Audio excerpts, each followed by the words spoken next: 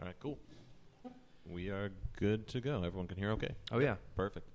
All right. Welcome to SoBo Radio. We're bringing you booze, reviews, and more. I'm Mike. And I'm Jake, and today we are sitting down with Dennis from Main and Six Brewing Co. in Jacksonville, Florida. What's going on, Dennis? Hey, how are you? Not too bad. Good. Well, welcome, guys. Thanks for having us. We Of course. appreciate it. Yep.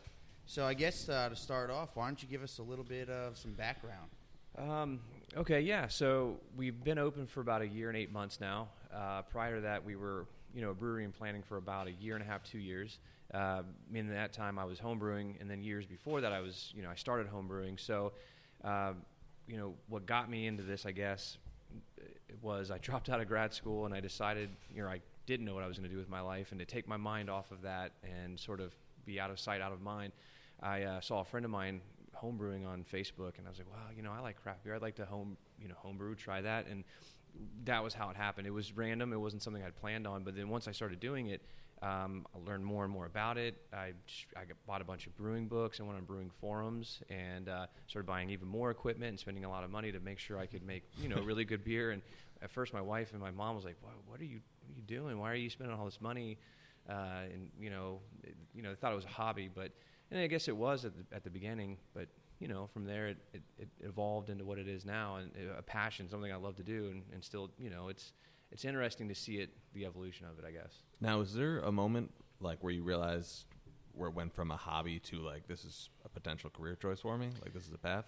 Yeah, it was probably the second, going into the third year of home brewing. I got to the point where I said, well, this is something I'd like to do, and I reached out. At the time, there weren't as many breweries in town as there are now. So I think at that moment, this is 4.5 or so years ago, or 3.5 years ago, I reached out to them, and I sent all emails and said, hey, are there positions just to come in on the weekends and nights, mop floors, wash kegs? I'll do anything, for you guys, just to get my foot in the door.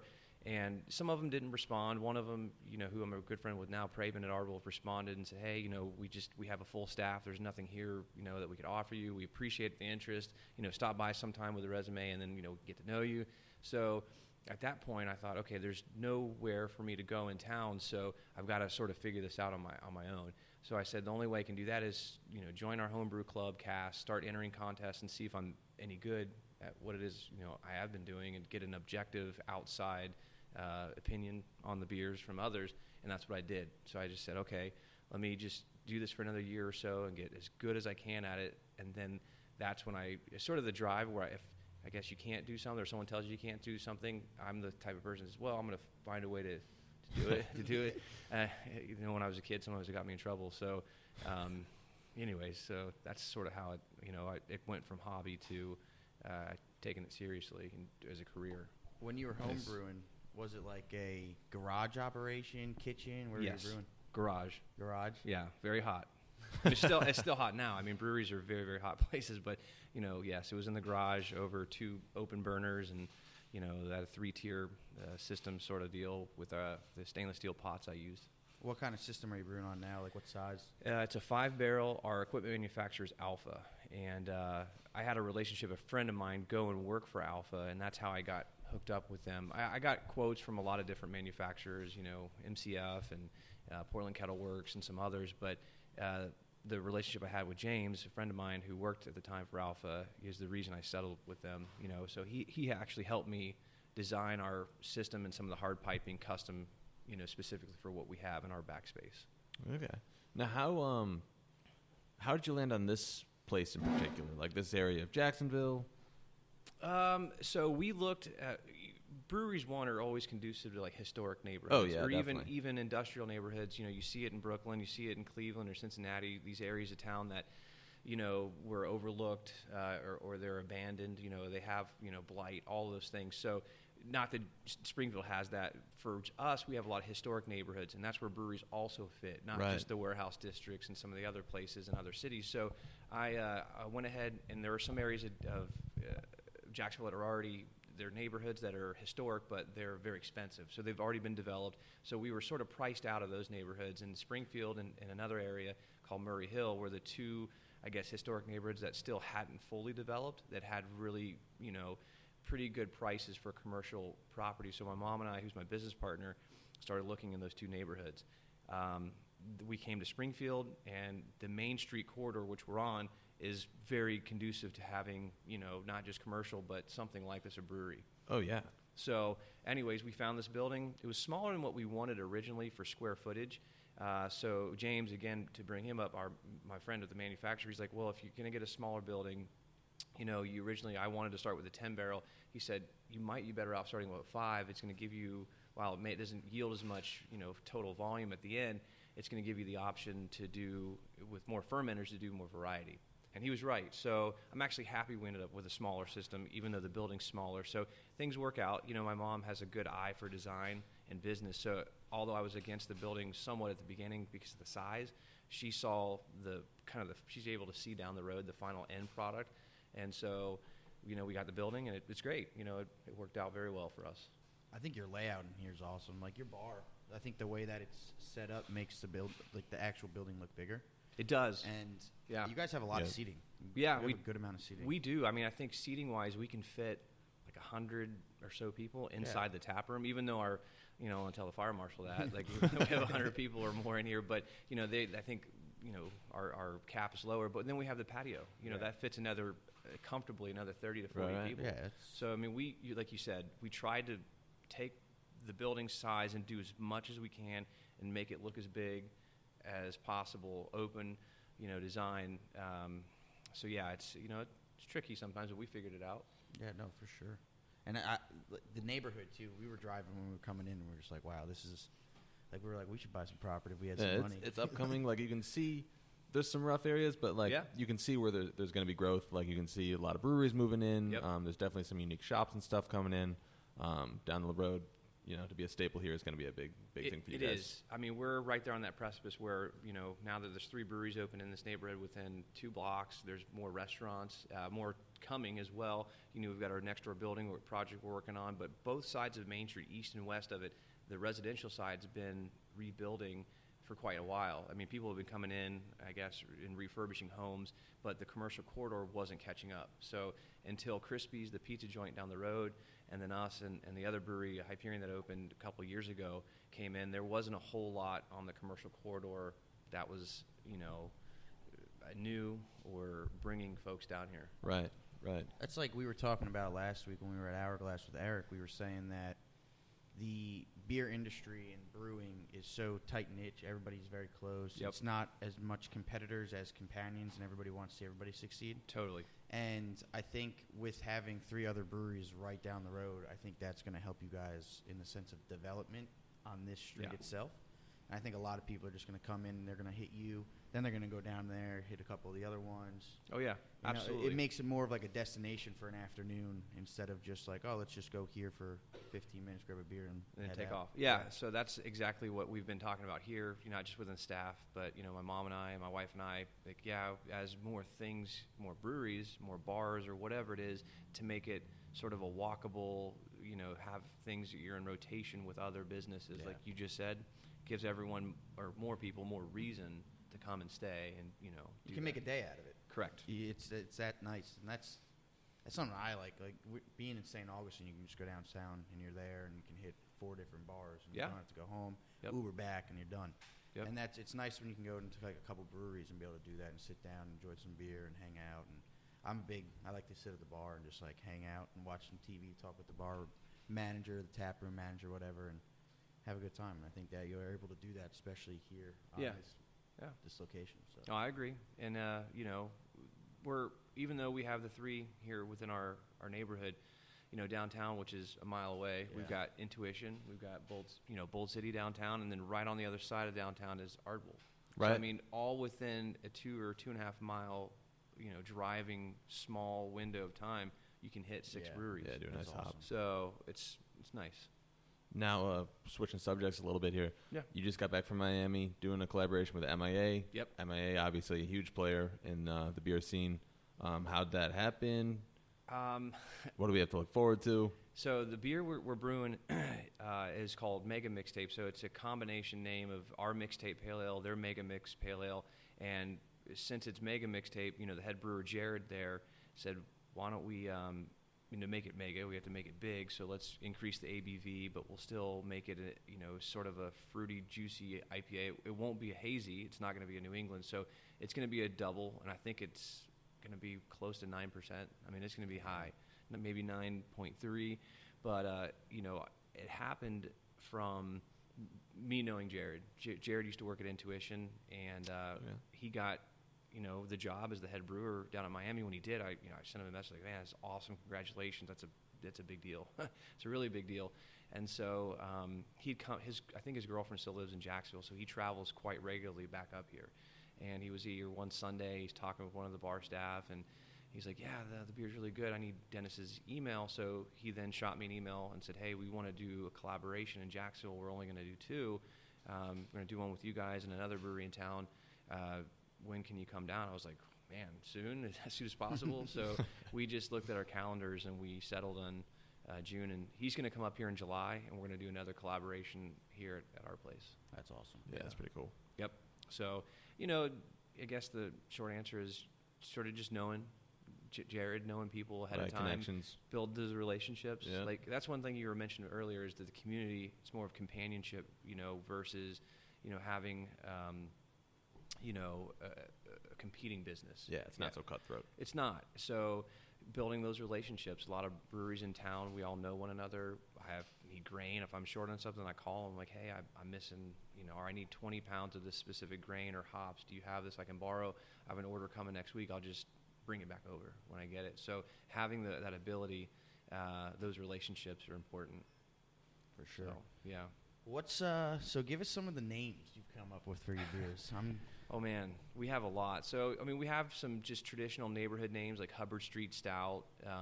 We did a Silver Street Sour. Now we call it Silver Sunset Sour because it's evolved the actual recipe and some of the other things we do with it. But you know, I've got Mixtape. That name is actually an homage to Mega Mix. For years, I drank Mega Mix when I was homebrewing. So I've been a fan of MIA for a long, long time. So it was really a dream to go. That's pretty brew. cool. Then. Yeah, to go brew there was really an honor. So Mega Mix is my homage to them. I have Handsworth Brown Ale, which came from some neighbors of ours, my wife and I, and they came by one day and had a home brew. This is probably 4 or 5 years ago. And I hadn't named a beer yet, and she was really upset with her husband, our friend was, because he got a really bad haircut. And it was like this really short haircut, you know, and he already keeps his hair very short, shaved anyways, but he left like this small patch on the top of his head that was longer than the rest. And she was just so aggravated with him. She's like, what is going on here? And she put her hand on his head, and it covered that. It was that amount. She's not very big, you know, she's got small hands, so she puts on that. She's like, he's got a hand's worth of hair. So I thought Handsworth is a really good name for a beer. And that's what we ended up naming our brown ale. Like many years later, I brewed it. I'm like, man, I got to think of a name. So I'm going through my phone, got a list of names in there, and I come upon it. I'm like, oh, well, it kind of reminds me of like a British person, like, Handsworth, bring me another brown ale. But I mean, so there's sort of a double meaning, but that's, again, you know, the story's much funnier. Right. Her, that's awesome. Yeah, so she was not happy with that haircut. We've got Brute Box Hero. That's a fun name. Yeah, that's awesome. So I thought of that, you know, a couple months ago. I was like, man, we got to think of a good, you know, name for this Brute IPA we're doing. Swoop Juice is our New England IPA, so that I named after UNF. So Swoop is their, you know, Ospreys are the mascot. So they Swoop is, I think it's also an acronym for something on campus. I'm not quite sure, but so I've named that after UNF, my alma mater, and you know, it's hard. Names can be very hard to come up with. I like seeing the creativity that each brewer has. Like, I think that just shows everybody's direction in a sense. Like, not direction, but it's just you get those backstories. And you're it adds like a whole new layer to the story. Exactly. It's like, it's cool. It's a very neat way to see people bring out the creative side. Yeah, exactly. Names are the best. That, you know, if you have a good run of good names, you know, then, you know, I think one Weapon of Mash Destruction is the name of our Imperial Stout that we do every 6 or so months, because the mash, I do a double mash, it's so big and it's so high in alcohol, you know, you think someone can get really, you know, tipsy on that. So Weapon of Mash Destruction came when I was brewing years ago, and so I wrote it on my phone. And last year when we sent beers off to competition in Ohio for the U.S. Beer Open Championship, we sent that beer in the Russian Imperial Stout category. This year I chose a different category, but they gave us, while we didn't win a medal for it last year, they gave us a nod for the top 10 most creative names. So we were one of the top 10 breweries with creative names so they gave us, you know, sort of a shout out. We're one of the top. So anyways, it's just fun. Trying to find names is sometimes hard though. The other thing about it too is if you're able to have a good story behind your name, I feel like your customers will remember you. Yeah. With, oh, well, I drank that beer that day, and that was the name of it, and I remember that. Where if I just go in and I don't really know the name of the beer, it's easy to forget. You know what I mean? Yeah. So I think that's one of the big reasons. Like, I like hearing the backstories and everything like that. I got a question. So is there a Big Jim, or is that just... So, yeah, Big Jim is our California Common steam beer. So there's a whistle. There's a steam whistle in this neighborhood at the very front of it on 1st Street, right when you come from downtown into Springfield. And it used to be a steam whistle at the docks, the piers here. So it would go in the morning for lunch when lunch was ending, and then at the end of the day so they could go home. So it's an old school, and still... it does the same time every morning. It goes off at I think 7 a.m. It goes off at noon, 1, and then 5. So what happened was they moved it from the docks or somewhere off the river where it originally was, and everyone in town, because it sort of is a quasi landmark, if you will. They were like, well, we don't know. The city, the people wanted it to not be decommissioned and just thrown away. So JEA is our electric company and provider in town. They brought it here to their 1st Street. There's a plant, water plant over there. So they said, we'll take the whistle and we'll keep it operational and we'll make sure it goes off. That's what that was that we passed. Oh, yeah. You literally asked I was like, we were driving over and That's one of the main water treatment facilities for JEA for the city. So that's the big water. They do not just treatment, but they do the testing for Jacksonville water. Everything gets done. And a lot of those guys come down here on Fridays when they're done with work for the weekend. So the steam whistle, if you're here ever in the neighborhood, even though we're 6 blocks down from them, it's pretty loud. I mean, you'll hear it go off at 7 in the. Well, I'm not here at 7. I'm usually here at 7:30, but at 12, at 1, and then at 5, you hear it go off. It's pretty loud. Huh. If you're right there at 1st Street, it's super loud. Yeah. And so what happened, to answer your question, not to draw this out, but I had brewed that beer, and we were still brewing and planning. We were doing construction, and we were getting ready to have a tasting event for my home brews, and I had done the California Common. I didn't have a name for it, and there's a big mural at 1st Street right near that says "Welcome to Springfield." It's a beautiful mural. So they had just commissioned it. They were opening it to the public. They were doing like the ribbon cutting. And it was a weekday. It was a Friday, and sure enough, it was 5 o'clock, and everyone's sitting there. And I'd never heard the whistle before at the time, but the guy's giving some speech, and literally right then it goes off for about 15 seconds, and it's super loud. And he's like, "Sorry, that's Big Jim, our steam whistle." And I was like, "Oh," I looked at my wife and I said, "That's the name of the steam beer." I said, "We're gonna name the steam beer Big Jim." And so that's what happened. So it was a week later, we went to a beer tasting, and we had the California Common and a couple other beers, and that's how I came up with Big Jim. That's awesome. Yep. I was going to ask about the events. So what kind of events you guys throwing? What are you doing? Well, we try and have, like, every month or two, a really fun event here. So tonight, actually, we're having every summer we do a PJ party, pajama jam. So if everybody comes in, I wear I flip like little fuzzy slippers, a light robe, and pajama pants and a t-shirt, and we put on like the Burbs on TV or something, something fun. Yeah. And so we did it last summer, and it was a blast. So again, we've decided to make it sort of an annual summer event. We have next month we're doing a yacht party. Oh, so no yeah, way. that's the first time. This. Yeah. Greg, our tapper manager, it was his idea. He was like, "Hey, we should, really consider doing a yacht party. It would be a lot of fun." I'm like, "Man, that's a really great idea." So I went on Amazon and I bought like this really cheesy captain shirt it's like a shirt, like those tuxedo shirts that have a tuxedo on it, but it's not a tux. Right. So instead, it's like a captain outfit, and it says captain on the back. So I got a captain hat, like an old pipe, and it's a funny little outfit. So we're gonna, just dress boat shoes and that, and have people come in. So that's the idea. So we have block parties twice a year in October for Oktoberfest, and then again in March for St. Patrick's. Nice. Very cool. So, the events, some of them are neighborhood-based, and others, they're for us, to people to come out and just have fun. So we want to, we don't want it to be cheesy. We don't want it to seem inorganic. People, just come in here and, hang out and drink and, spend money. But, we actually want to have legitimately fun parties. Like, if you're going to come out, let's all have fun. Right. So we usually do. How's the turnout with the blocks? So do you do with different businesses on like doing block parties, or is it more like just kind of outside? No, it's outside, and yes, we do partner with other businesses. So they'll actually shut the block down from 8th Street to 7th, which we're right on the edge, or between 6th and 7th. So we always get the spillover traffic. You know, we're right there. We're half a block away. But this year we're probably going to close it from 6th from 8th to 6th. So we'll be in the actual block closure. There's street vendors. There's live music. Tons of food trucks. We have a food truck that always comes in front of our building most days anyways. So these block parties are just all of us getting together, like Hyperion and Crispy's Pizza and Bar and all that stuff. We get together and we just throw a block party, you know, for Oktoberfest. That sounds like a fun time. Yeah. And it's great. I'll release my Oktoberfest beer. We have a small Crowler stubby can we do for it, so people because we get the one-day beer or open container street license, so you can walk around with beer. And so we'll get, you know, people want to go, we can get a small Crowler versus a big one, and take it in the street and just drink it, you know. So it's that's a move. That is a move.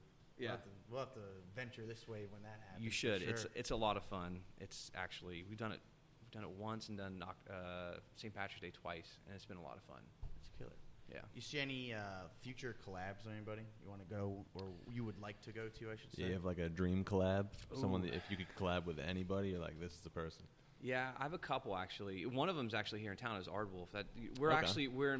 We've been in discussion for a while to do our collab, us, Aardwolf and us. But another one that I'd really like, it would be the dream would be like Sierra Nevada. You know, obviously that. Now that's sort of out there in the ether. I mean, that's big. Yeah. You know that because they're a large brewery, East and West Coast operation. So, but I think, you know, me looking up to another company or business, Sierra Nevada is it. Like they're one of my everything. I don't think I've ever had a beer that I've from them that I can say, oh, you know what, that's not good, or all their beer most of the time is awesome. You know, a Sierra Nevada Pale Ale is still sometimes my go-to beer. Same. Just get that. It's you know, 5%.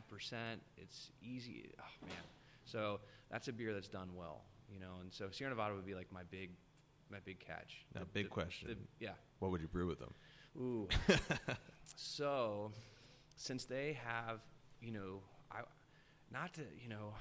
either want to do a sour or an IPA because I know that they have such a good access to like hops that, you know, to me are sometimes too expensive. You know, when those bigger breweries have those budgets, which is great. And there's nothing wrong with that. So I would try and I would see what they had access to, and I'd sort of go from there. So if I could, I guess, imagine maybe like a really fun IPA or a really fun sour, like fruited sour. Well played, yeah. Yeah. So we'll see. Maybe one day. Hey, that's the only thing you can do. So. Guy can dream. That'd be sweet. Yeah, that'd be a killer. Yeah, that'd be awesome. So what's something that you see in the future for you guys? What's down the road? What do you want in your eyes? Well, I would hope two things. One, to get the building next door going. Right. You know, we want to small food option, but we'll have an event space option as well next door. We'll have a pass-through so we can walk back and forth between the buildings, but we are going to put a rooftop bar on it as well. So that building next door, whether or not the food option happens sooner or later, it's an event space, and then that later, the actual rooftop portion will always be done. I mean, that's going to happen regardless. That's awesome. So it'll be on the front side of the building overlooking Maine, so you'll be able to see, you know, south into downtown or north, you know, further down into Springfield.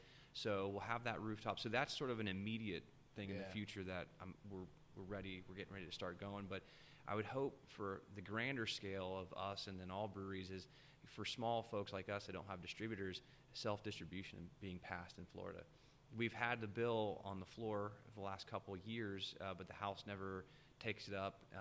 And then if they don't take it, then it'll never get to the Senate for the state of Florida. And then, of course, it won't get to the governor's desk if there is no bill. So, you know, I think some of the large like breweries like specifically macro, like Budweiser, they have a lot of lobbyists that have gone into Tallahassee and sort of pushed our bills purposefully, you know, take wine and dine folks, you know, in the legislature to not table these bills to listen and then pass them through. They've gotten through a few committees, but just can't seem to get to the full floor and then get to Senate. So I would like to see self-distribution for us, small breweries, so we can get into a restaurant but I don't have to sign a lifetime contract with a distributor, right? And then not be able to get out of it unless there's some crazy, loophole, which are hard to find. Yeah.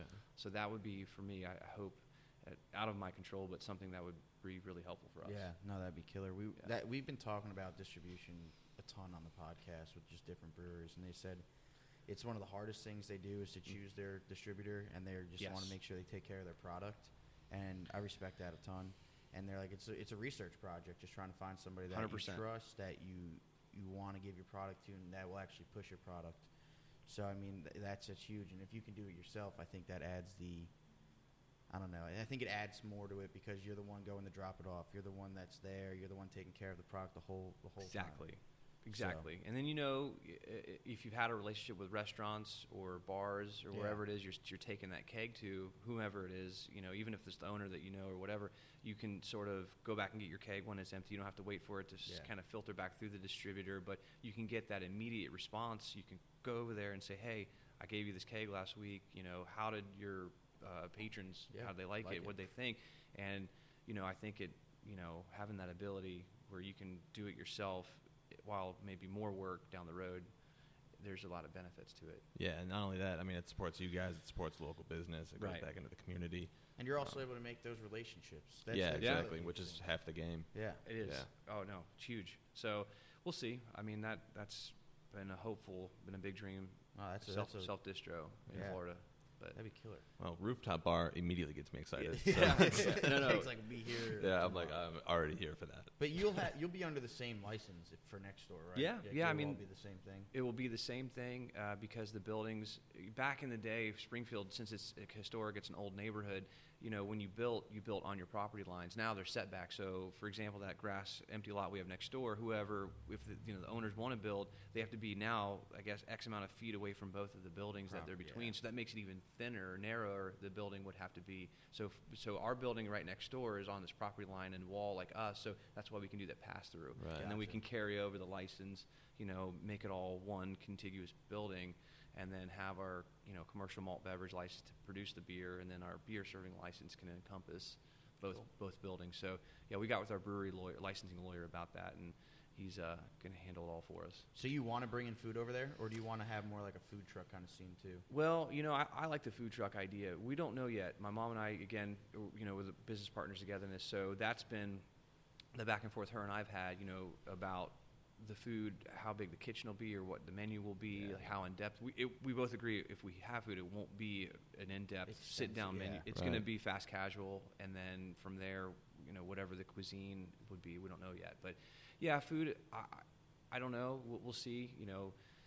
It's good to have, but it also adds another layer of things like, managing kitchen and, having the health department come in. So there's pulls your focus a little bit. Yeah. So I told one of the things her and I have discussed is that, if we do that, we're going to hire someone specifically to manage that because I have no restaurant experience. Right. I mean, I didn't have any running and owning a brewery experience before I started this. So doing that food option does add another layer that I'm not, that'll stretch me too thin.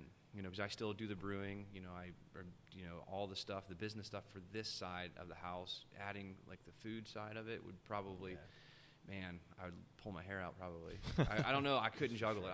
I know my limits, and I'll be the first to say, when I can and can't do something. I'm like, I don't think it's a good idea, or I know I probably couldn't do both. So we'll get someone if that happens, and so guys, cross that bridge when we get there. Yeah. So you always have 16 beers on tap. Well, we try to, but not always. We right now we have 15, but we're releasing a new beer today that will fill that line, so we'll have 16. But when we don't have them, we try and take a beer that we have a lot of and treat it. Find a way to whatever style it is, if it's treatable, whether aging it on coconut flakes or cocoa nibs. Again, depending on the beer style, so that we can fill that line back up. Do you have any like flagships, right, or is it more or less you're just kind of rotating everything? We do. Our like if you look at our menu, like it's 1 through 8, and then 9 through 16 on one side, and so our first 7, 8 are our flagship beers, and that's like our pale ale, our California Common, our blonde ale, our IPA, and again brown, and we have a stout as well. So those are our flagship beers that we keep on pretty much all the time. I always ask, and everybody gets a little confused when I ask it, but what's your favorite one you brew? What's your favorite beer on your list? My favorite beer, so it rotates. I'm not a crazy seasonal drinker, like dark versus light beer in the summer, dark beer in the winter. I go through phases. Every month I'll be on a certain kick. Like right now, I'm on a Big Jim kick. Okay. And cream ale because it's pretty hot. Yeah. And at the end of a brew day, I'm like, well, I need something. I don't want to, light, refreshing. Yeah. I don't want a heavy, style. But last month I was drinking the brown ale a lot and our New England IPA. So I think it's hard for me to. It's like almost maybe having kids. You can't pick what your favorite kid is. Maybe some parents can, but I would imagine that'd be hard. So for me, it depends on the mood I'm in for that month, and then I'll burn myself out on that specific, and the next month I'll move on to a different beer. So I purposefully will try and all right, get it out of my system. I've had a lot of that this month, then I can move on next month to something new. It's funny how that works too. Like you get rolling on one. I just came out of a crazy 2-month kick for Pilsners. I went down a rabbit hole of Pilsners. But it's funny how that works where you just kind of fall into one. You're like, I'm going to have this one. It's pretty nuts. And that's how it works, and for me here, you've got to always try your beer to make sure there's no off flavors or something hasn't happened. And, beer didn't get oxidized while it was kegging, because things happen within the brewing process. So, that gives you go to the next month, all right, we'll try these new beers, and then you're on. That's how I end up probably getting on a new kick most of the time is I'm testing a beer, and I'm like, oh, man, I haven't had this in 2 months. I really sat down and had this. I'm doing my beer sort of grading, if you will, and I'm like, oh, this is great. So then I'm on to that kick. So, again, it happens kind of randomly, I guess. You got the right job to have different. Yeah, so you can say that. It's not hard. Yeah. No, it's not. My next question for you is, do you have a favorite hop that you like to work with, or is it just a variety? I do. There's a couple I really like. Azaka is one of my favorite hops. I think, in this day and age with Galaxy being all the rage, and for the right reasons, Galaxy, we haven't used it yet because it is pretty pricey. Yeah.